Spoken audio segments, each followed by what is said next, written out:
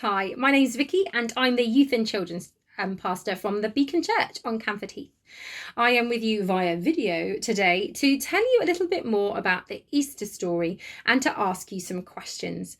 Now, your teacher or grown-up in charge will let you know how they want you to do the asking of the questions.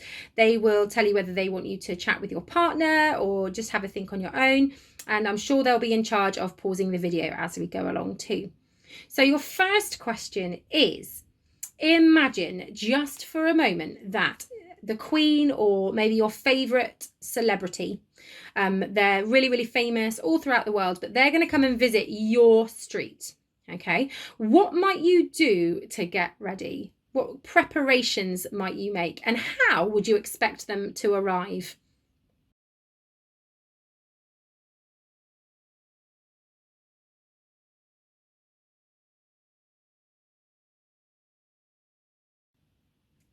Yeah, I'm going to stick with the Queen. So I'm going to say that if the Queen was going to arrive at where I live, I would expect her to arrive in maybe a limousine or a really posh car. I'd hope she'd arrive in her big golden carriage because that would just be awesome.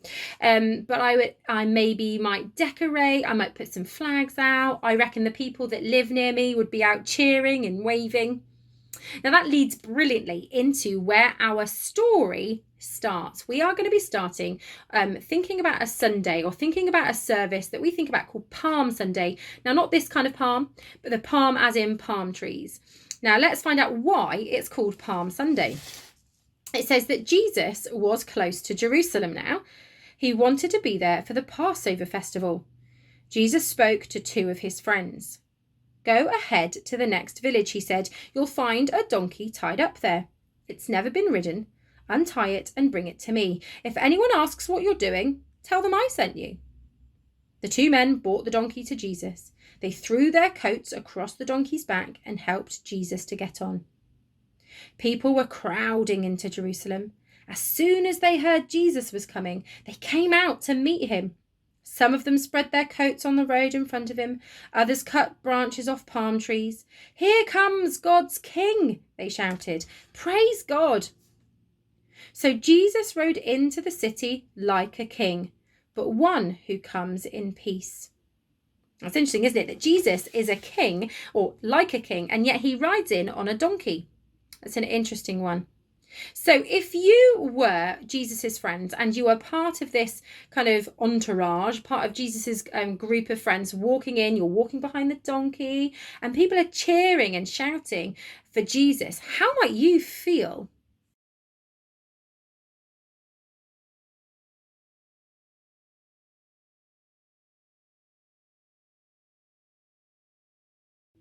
Yeah, I might feel a bit confused because Jesus isn't necessarily a king. He's just my friend. Although I know that he's really kind of special. I might be feeling really happy and like I might love the cheering. That might be really good. But it's a really interesting thing, isn't it? That Jesus arrives on a donkey. And that last line of our story says that Jesus rode into the city like a king, but one who comes in peace. And the donkey is really a symbol of peace, isn't it? He could have ridden in on a horse, but a horse would have been ridden in to symbolize kind of like someone who comes in power. But Jesus didn't want to be that kind of king. Now, Jesus had come to Jerusalem to share a special meal, a special festival called Passover. And it was a time when they celebrated the Bible celebrated the story of God's people being freed from Egypt. Now, they'd come to celebrate that, but Jesus, as always, the Bible says, had come to tell people about God. So let's find out one of those times. It says that he went to the temple. That's where normally you'd go to hear about God, isn't it? But when he saw the men selling pigeons for sacrifice and money changers giving out the special temple coins, he became very angry. They were cheating people who had come to worship God. God's temple is a place of prayer, Jesus cried, but you've made it into a robber's den. Then he overturned the tables and drove them out, and the place was in uproar. The priests were angrier than ever. Jesus must be arrested, they said. But how? They dared not risk a riot. Now, does it surprise you to know that Jesus got so angry he literally flipped over tables? Yeah, it's pretty shocking, isn't it? That he's got this king who's come in peace, and yet now he's flipping over tables. Doesn't quite fit.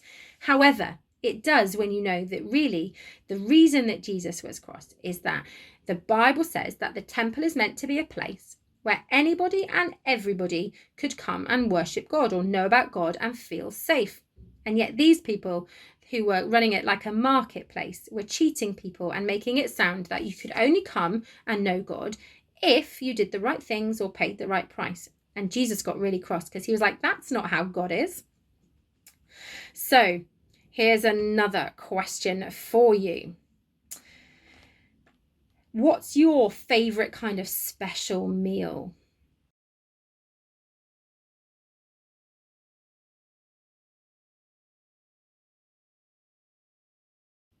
Yeah, I love a really good Christmas dinner.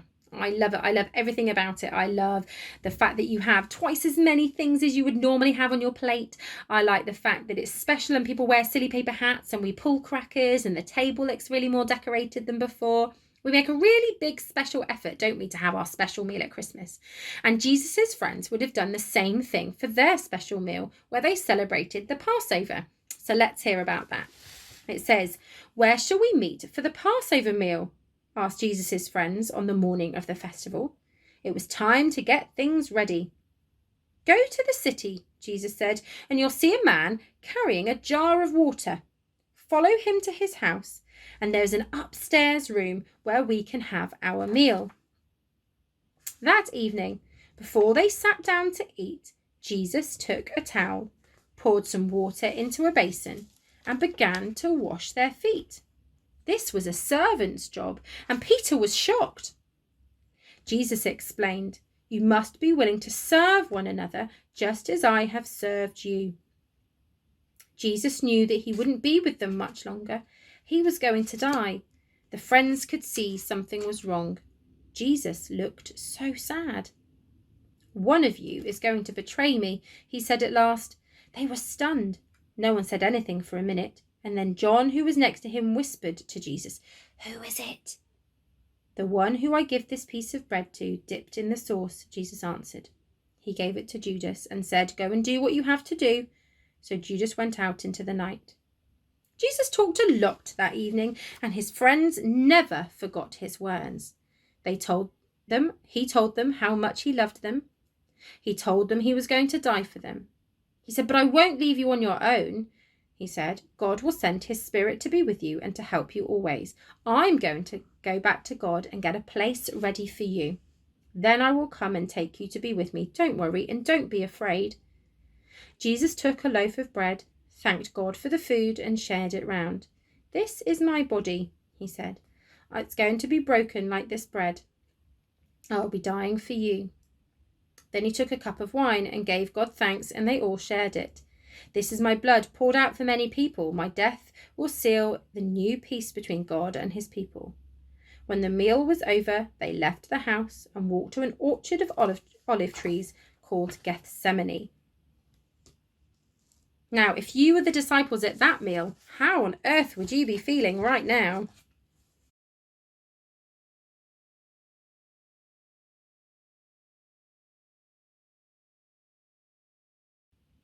If I was one of the disciples, I think I would definitely be feeling really confused and a bit worried that maybe Jesus didn't understand what was going to happen, or Jesus should have maybe given me a bit more explanation. And I'd definitely be feeling sad at the idea that my best friend suddenly wasn't going to be with me anymore.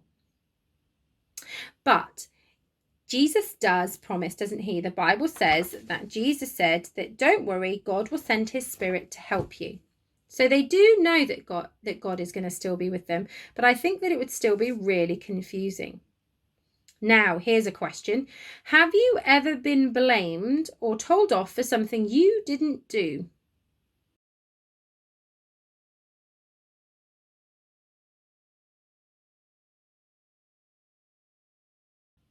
Yeah, it's not a nice thing, is it, when you've been told off for something you didn't do? It certainly doesn't feel fair. But that's exactly what happened to Jesus. Because the people didn't like who Jesus was or what he was saying, and remember when he flipped the tables over in the temple, they made a plan that they needed to get rid of him. So it says, Jesus stood before the Roman governor, Pontius Pilate. The Jewish priests accused him of treason because they knew that Pilate would not sentence a man to death for just saying words against God. He claimed to be a king, they said. So Pilate questioned Jesus, but he couldn't find any reason to put him to death. Jesus hadn't done anything wrong. It was the custom at Passover to give one of the prisoners his freedom. I haven't found any guilt in this man, Pilate said.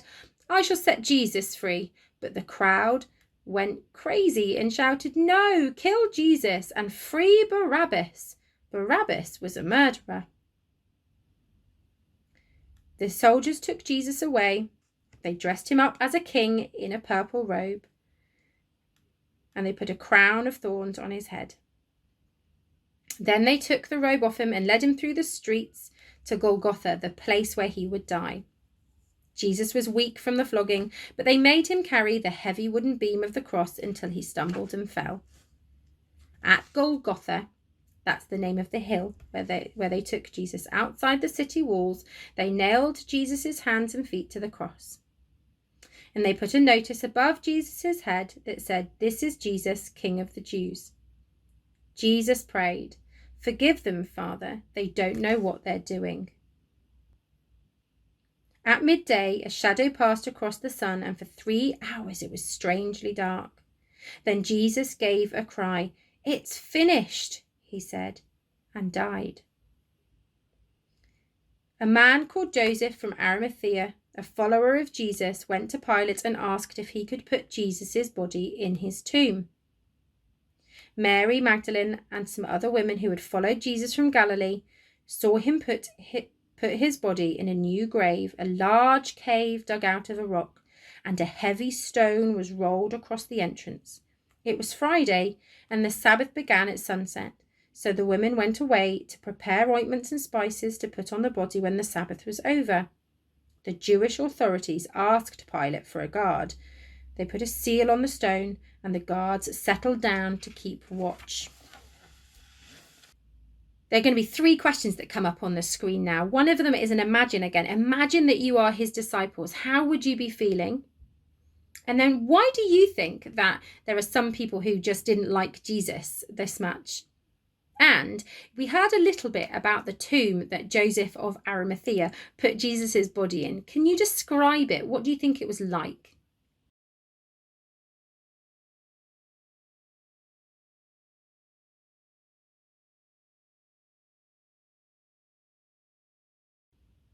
Yeah, I would be feeling sad.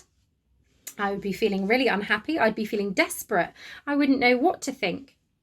And the grave, the tomb that they put Jesus in, was a bit more like a cave with a big stone rolled across in front of it. So let's find out our next part of the story, because the Bible and Christians believe that that is not where the story ends. Let's find out where the Bible takes us to next. It says, "It was Sunday morning. Just before dawn, everything was still. Then at the first light touched the sky, the ground trembled and shook. An angel came and rolled away the stone that sealed the tomb. The guards were so frightened that they ran off. When the women came bringing their spices, the grave was open and the body had gone." "Don't be afraid," said the angel. "I know you're looking for Jesus, but he's not here. He's alive. He's come back from the dead. Look, this is where his body was. Hurry and tell your friends. You will see him soon."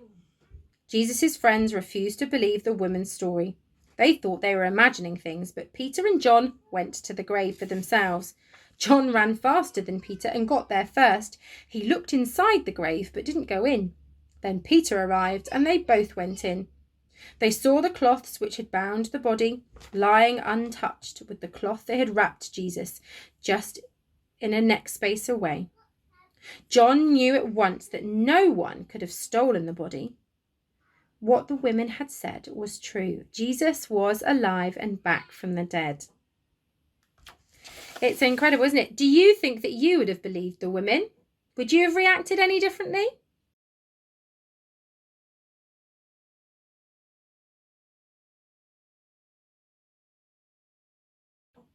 I'm not sure I would. I think I would have been a bit like Peter and John. I wouldn't have believed it, and I'd have run to have to go and see for myself if what they were saying was true. Now, Christians believe that Jesus came back to life, so that when they think about that Jesus was buried, they think about the tomb as empty now. And the Bible says that Jesus then went and visited loads of different people, and he had breakfast on the beach with some, and he ate with some others. And at one point, the Bible says that he appeared to over 500 people at once. And it was all to prove that Jesus was definitely real and he wasn't some kind of imagination thing going on. Now, I don't know about you, one of my favourite things about Easter are Easter eggs. I'm sure you love chocolate Easter eggs too. Now, I don't know why, but chocolate definitely tastes nicer when it's in the shape of an egg. I don't get it, but it's true. But I wonder if you can think why we have eggs at Easter. Eggs are a symbol of new life, aren't they? We think about chickens laying eggs and little chicks coming out, and it's springtime, and at Easter the world is almost coming back to life after being asleep through the winter. And the Bible and Christians believe that Jesus, through his dying and coming back to life, he offers people a chance for new life with him. But there's another reason that we have Easter eggs at Easter, and some Christians believe that the reason we have Easter eggs is because often they are empty, which is a symbol of the empty tomb. So here we go, here's mine. Mine's definitely empty. Now, before I go off and eat my Easter egg, I've got one last question for you while I say goodbye, and that is, what's your favourite kind of chocolate? Enjoy your chat. Take care. Bye.